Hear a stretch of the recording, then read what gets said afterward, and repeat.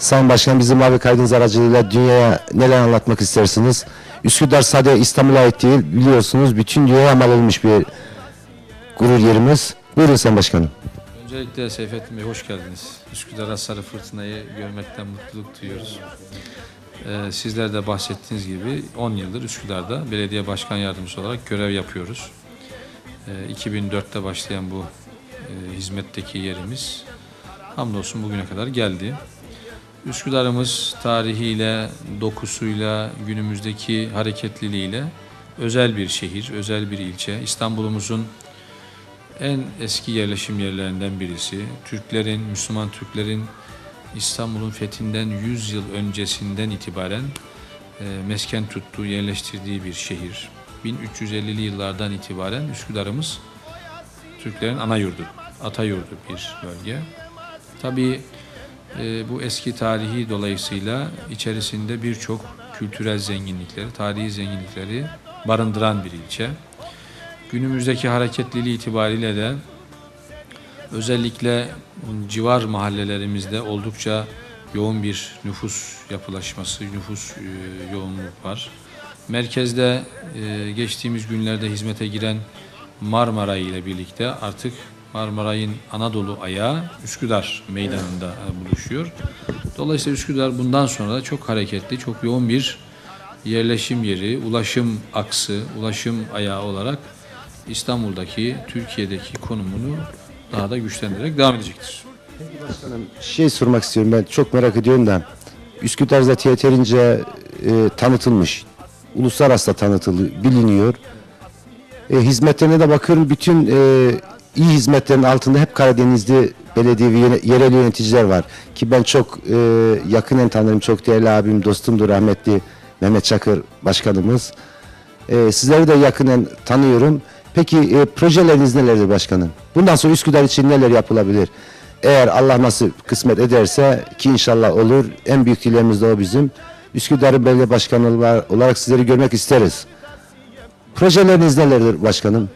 Şimdi şöyle Seyfettin Bey, tabii Karadenizlisi, Akdenizlisi doğrusu böyle bir ayrım doğru değil. Bizler sonuçta hizmete talip olan insanlarız. Bugüne kadar Üsküdar'ımıza, İstanbul'umuza hizmet eden belediye başkanlarımız, belediye çalışanlarımız, bunların bizim için memleketi, bölgesinin çok önemi yoktur. Üsküdar'a gerçekten Üsküdar Belediyesi 30 yıllık bir belediyedir bugün itibariyle. 1984'ten itibaren belediye olmuş bir kurumdan bahsediyoruz. Buradaki başkanlarımızın hakikaten hepsinin çok güzel hizmetleri var.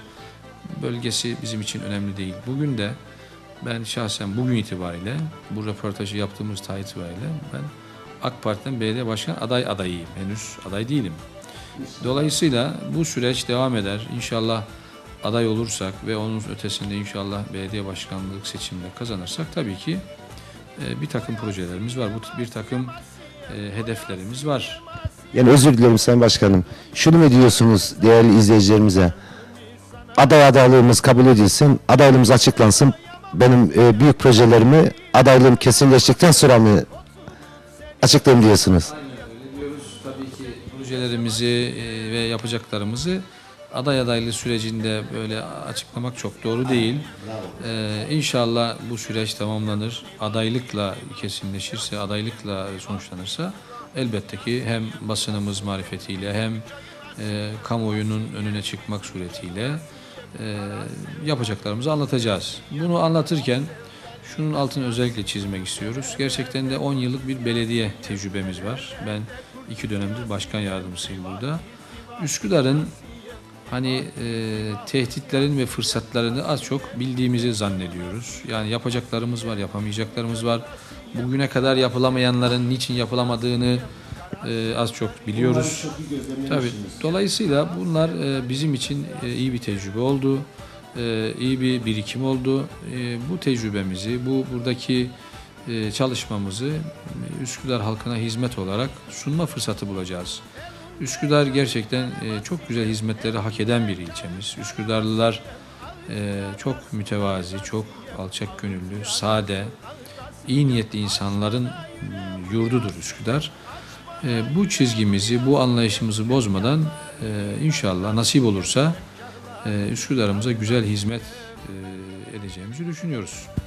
Sayın Başkanım, ben de şahsım olarak ve programımız çok değerli sahibi Ahmet abimin adına da konuşmak istiyorum.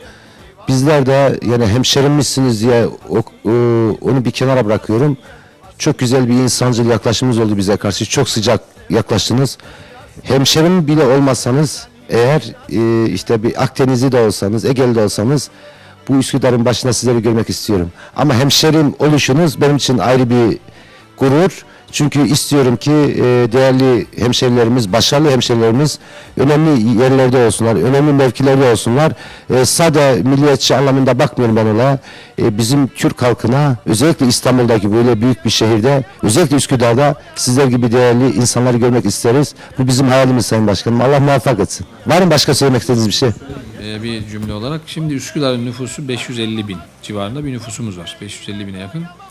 Üsküdar'ın demografik yapısına baktığımızda ülkemizin her yöresinde insanlar burada var. Karadenizlisi var, Doğulusu, İç Anadolusu, Güneydoğulusu, Trakyalısı, Egelisi hepsi burada. Burada hepsi bir kardeş ortam içerisinde yaşıyorlar ve çok güzel bir atmosfer var. Dolayısıyla bizim artık hemşehrimiz Üsküdar'da, bütün Üsküdarlar hemşehrimiz. Karadenizlisi, İç Anadolusu değil, hepsi. Üsküdar'da yaşayan bizim artık özbeöz hemşehrimizdir.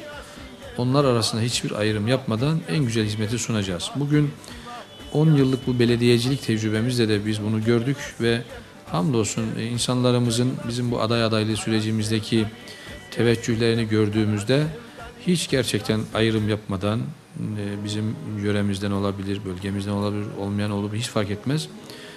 Bizlerin bağrına bastıklarını gördük. Bu çok büyük bir bizim için kazanımdır, mutluluk vericidir. Biz bu tecrübemizi, bu çizgimizi inşallah belediye başkanı olmak nasip olursa aynen devam ettireceğiz. Bizim için Üsküdarların tamamı hemşehrimizdir. Biz onların inşallah belediye başkanı olacağız.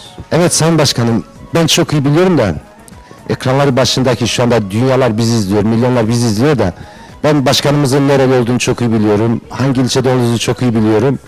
Ama bir de ekran başındakiler sizlerden duymak ister. Hangi ildensiniz, hangi ilçedensiniz, hangi köydensiniz? Bir özgeçmişinizle bir anlatır mısınız Sayın Başkanım? Şimdi ben Trabzon Şalpazarlıyım. Şalpazar'ın Dorukitiş köyündenim. Ağasarlıyım. Ağasar uşağıyız. Şimdi belediye başkanı aday adaylığı süreciyle birlikte böyle bir tanıtım kartı da yaptık.